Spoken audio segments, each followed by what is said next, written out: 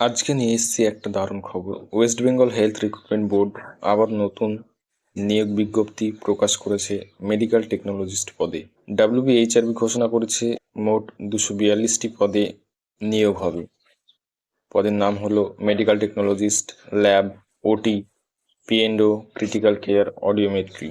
Vacancy category wise medical technologist lab 196, medical technologist OT 18টি, medical technologist PNO 8টি, medical technologist critical care 15টি, medical technologist audiometry 5টি পদ।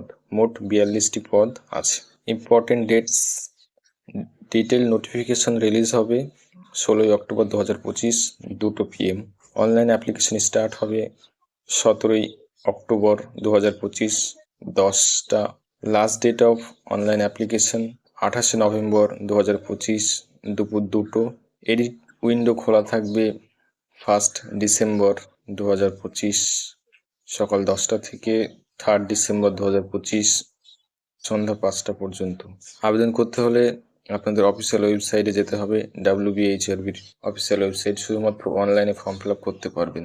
Eligible criteria, pay scale, education qualification, experience সব কিছু বিস্তারিত official অ্যাডভার্টাইজমেন্টে 16ই October থেকে পাওয়া যাবে ডাব্লিউবিএইচআরবির ওয়েবসাইটে। তাই চোখ রাখুন অফিসিয়াল ওয়েবসাইটে। আজকের মতো এই ছিল ডাব্লিউবিএইচআরবি রিক্রুটমেন্ট 2025 সম্পর্কিত ডিটেলস।